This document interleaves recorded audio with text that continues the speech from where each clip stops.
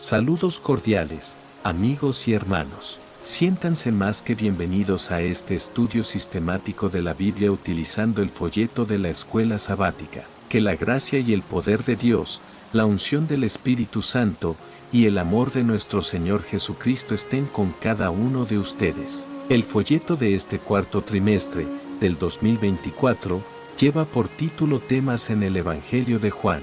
Antes de continuar, vamos a comunicarnos con Dios. Querido Padre Celestial, nos acercamos a ti con corazones agradecidos y humildes, reconociendo tu amor y tu gran misericordia. Te pedimos que tu Espíritu Santo nos acompañe mientras nos disponemos a reflexionar sobre tu palabra y tus enseñanzas. Abre nuestras mentes y corazones para que podamos entender profundamente los mensajes que has preparado para nosotros hoy.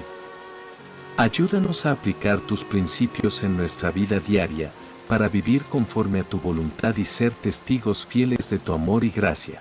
Guíanos en este estudio del folleto de Escuela Sabática, Señor, y permítenos sentir tu presencia en cada pensamiento y palabra. Que todo lo que aprendamos nos acerque más a ti y nos capacite para servirte mejor en nuestras vidas. En el nombre de Cristo Jesús, amén.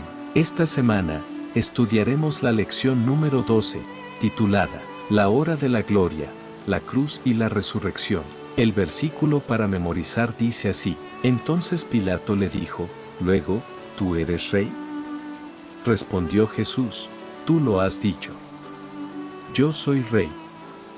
Yo para esto he nacido, para esto he venido al mundo, para dar testimonio de la verdad.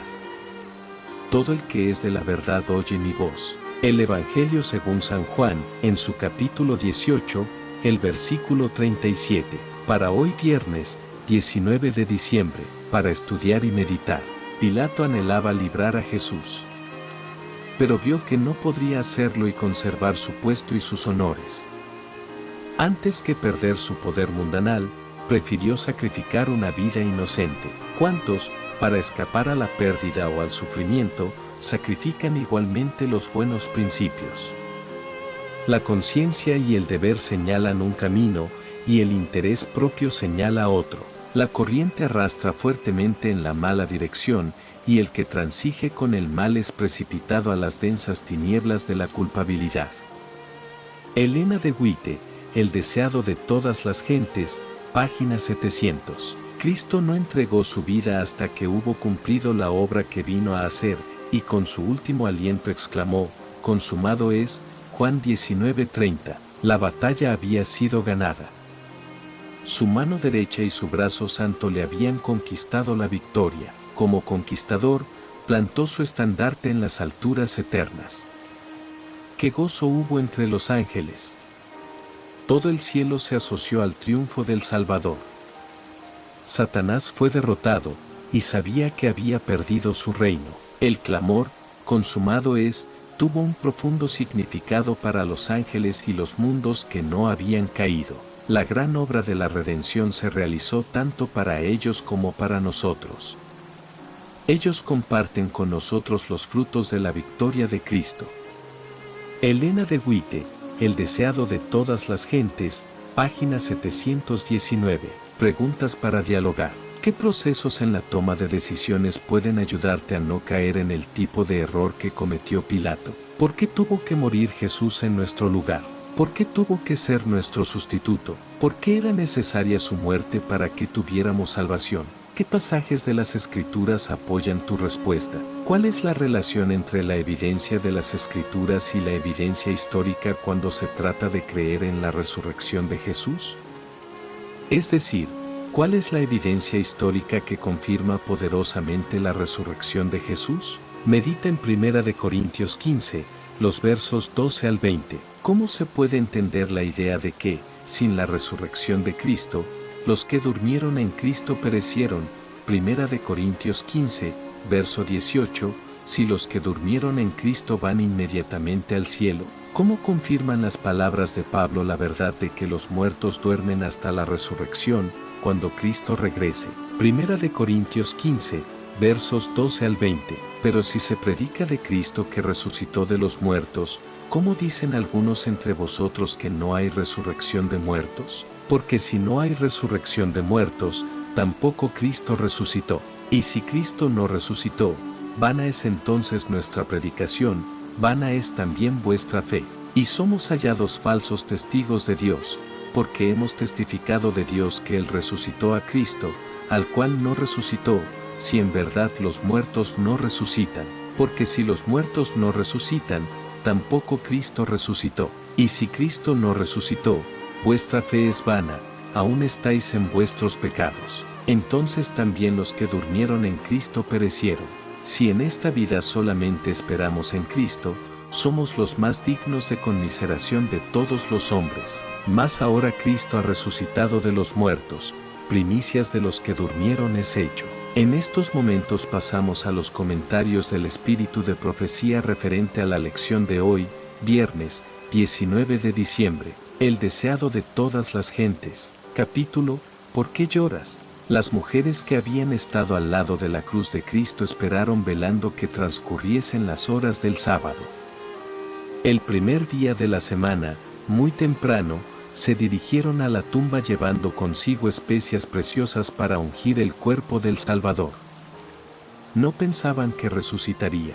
El sol de su esperanza se había puesto y había anochecido en sus corazones. Mientras andaban, relataban las obras de misericordia de Cristo y sus palabras de consuelo. Pero no recordaban sus palabras, otra vez os veré. Ignorando lo que estaba sucediendo se acercaron al huerto diciendo mientras andaban, ¿quién nos revolverá la piedra de la puerta del sepulcro? Sabían que no podrían mover la piedra, pero seguían adelante. Y he aquí, los cielos resplandecieron de repente con una gloria que no provenía del sol naciente.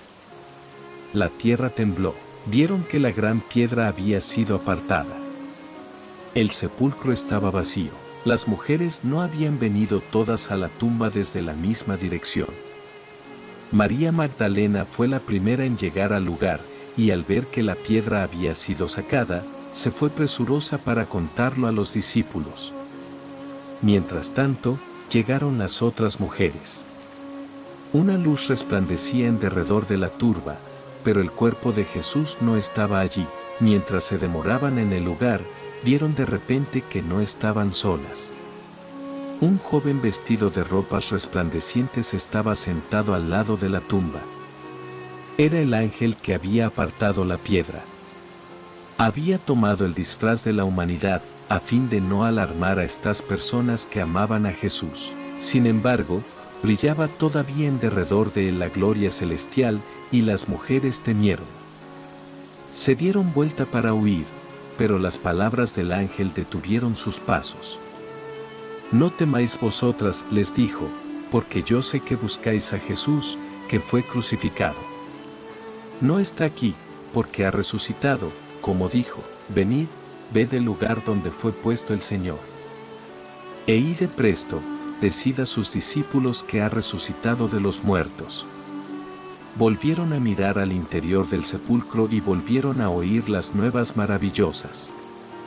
Otro ángel en forma humana estaba allí, y les dijo, ¿por qué buscáis entre los muertos al que vive? No está aquí, mas ha resucitado. Acordaos de lo que os habló, cuando aún estaba en Galilea, diciendo, es menester que el Hijo del Hombre sea entregado en manos de hombres pecadores, y que sea crucificado, y resucite al tercer día. Ha resucitado, ha resucitado. Las mujeres repiten las palabras vez tras vez. Ya no necesitan las especias para ungirle. El Salvador está vivo, y no muerto. Recuerdan ahora que cuando hablaba de su muerte, les dijo que resucitaría. ¿Qué día es este para el mundo? Prestamente, las mujeres se apartaron del sepulcro y con temor y gran gozo, fueron corriendo a dar las nuevas a sus discípulos. María no había oído las buenas noticias. Ella fue a Pedro y a Juan con el triste mensaje, han llevado al Señor del sepulcro, y no sabemos dónde le han puesto.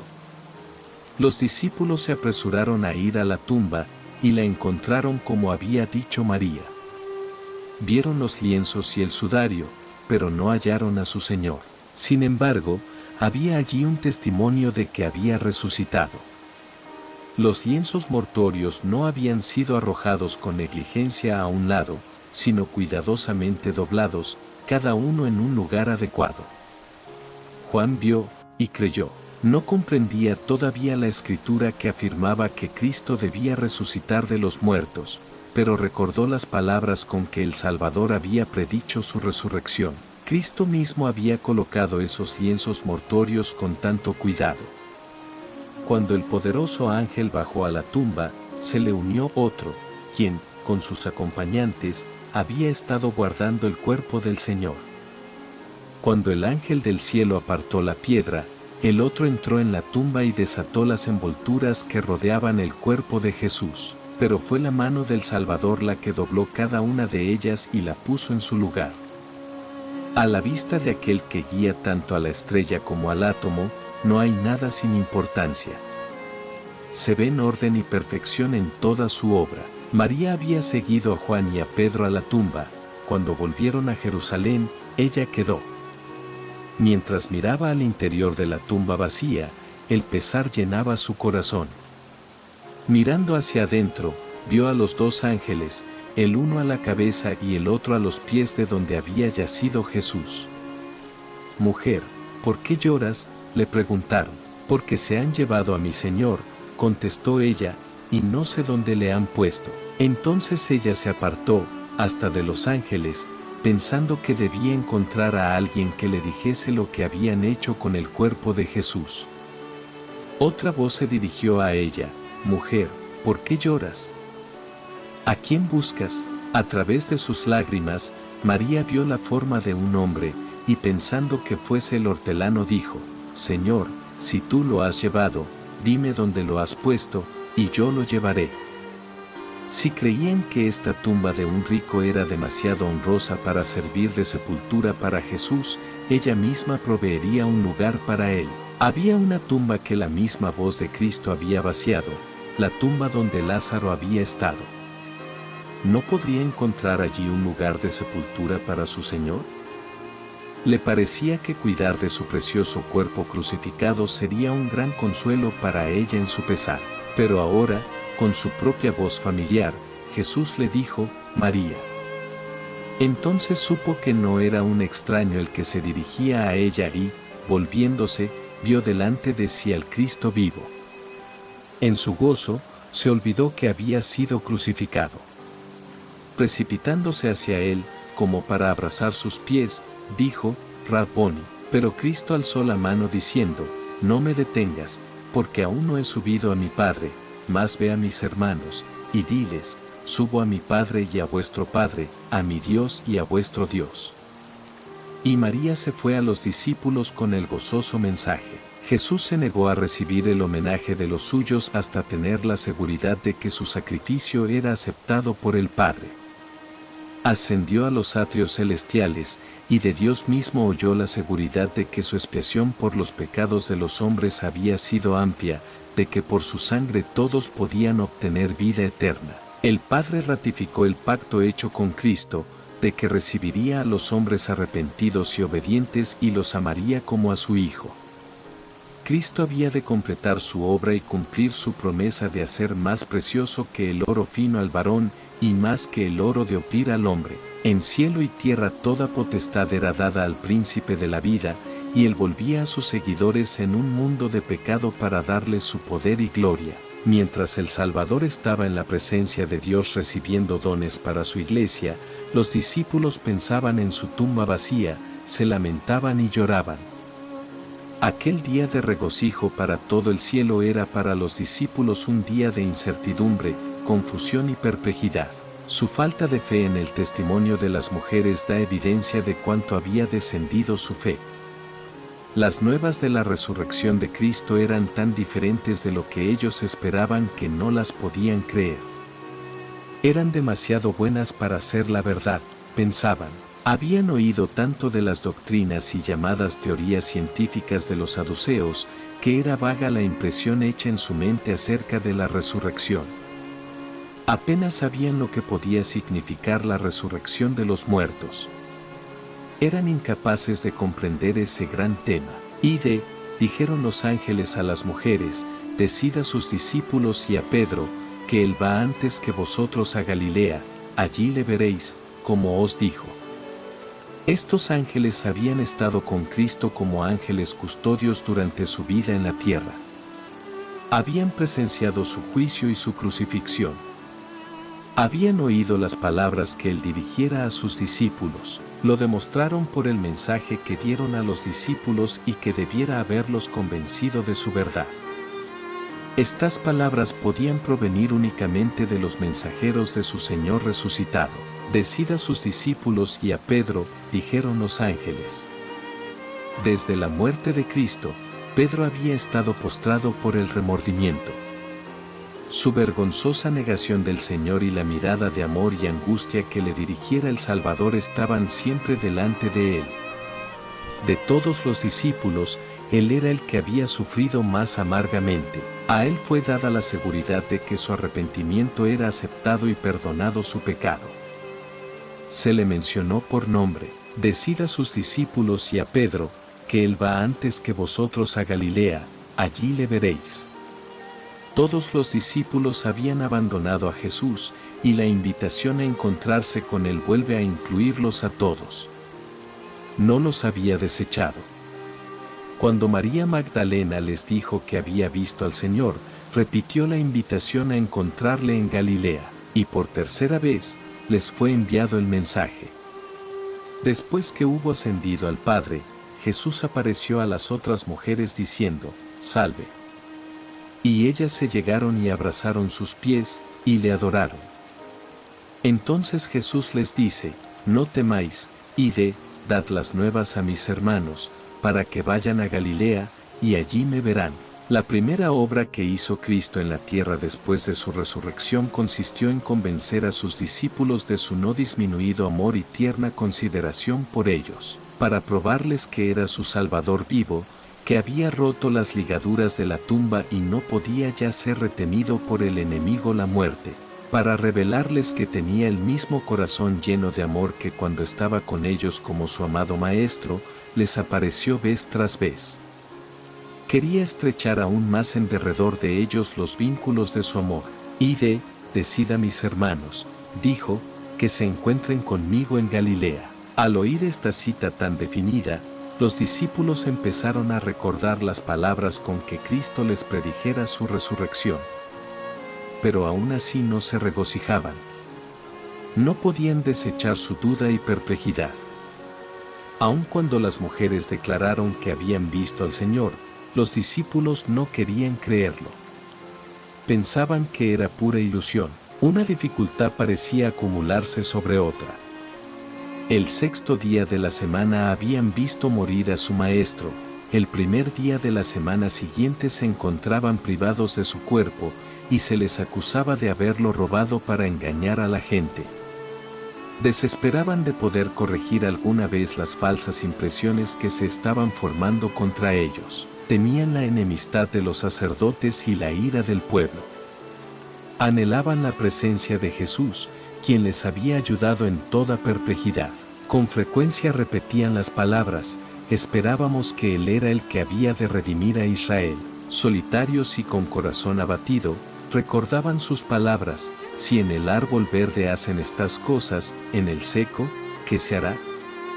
Se reunieron en el aposento alto y, sabiendo que la suerte de su amado Maestro podía ser la suya en cualquier momento, cerraron y atrancaron las puertas, y todo el tiempo podrían haber estado regocijándose en el conocimiento de un Salvador resucitado. En el huerto, María había estado llorando cuando Jesús estaba cerca de ella.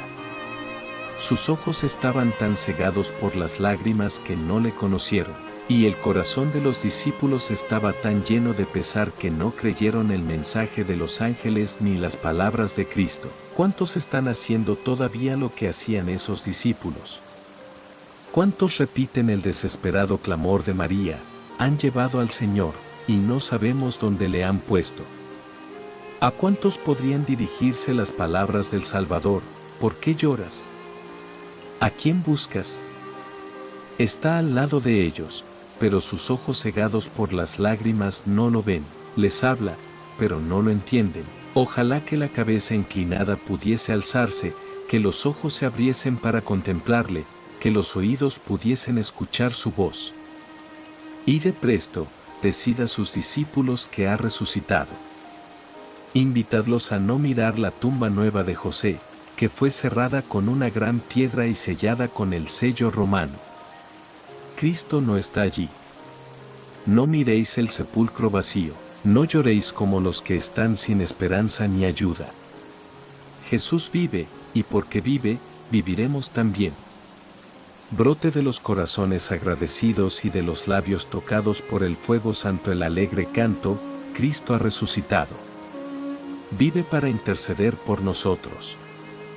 Aceptad esta esperanza, y dará firmeza al alma como un ancla segura y probada. Creed y veréis la gloria de Dios. Apreciados, hermanos y hermanas, ha sido un privilegio para mí compartir con ustedes este estudio de la lección de escuela sabática. Espero que las enseñanzas de hoy fortalezcan nuestra fe y nos inspiren a vivir conforme a la voluntad de Dios. Que la gracia de nuestro Señor Jesucristo, el amor de Dios y la comunión del Espíritu Santo estén con todos nosotros ahora y siempre. Antes de terminar, vamos a comunicarnos con Dios a través de la oración.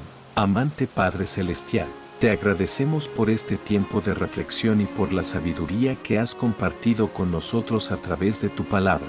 Gracias por la guía y el entendimiento que hemos recibido hoy. Te pedimos que las enseñanzas y los mensajes que hemos explorado permanezcan en nuestros corazones y mentes, ayudándonos a vivir de acuerdo con tu voluntad.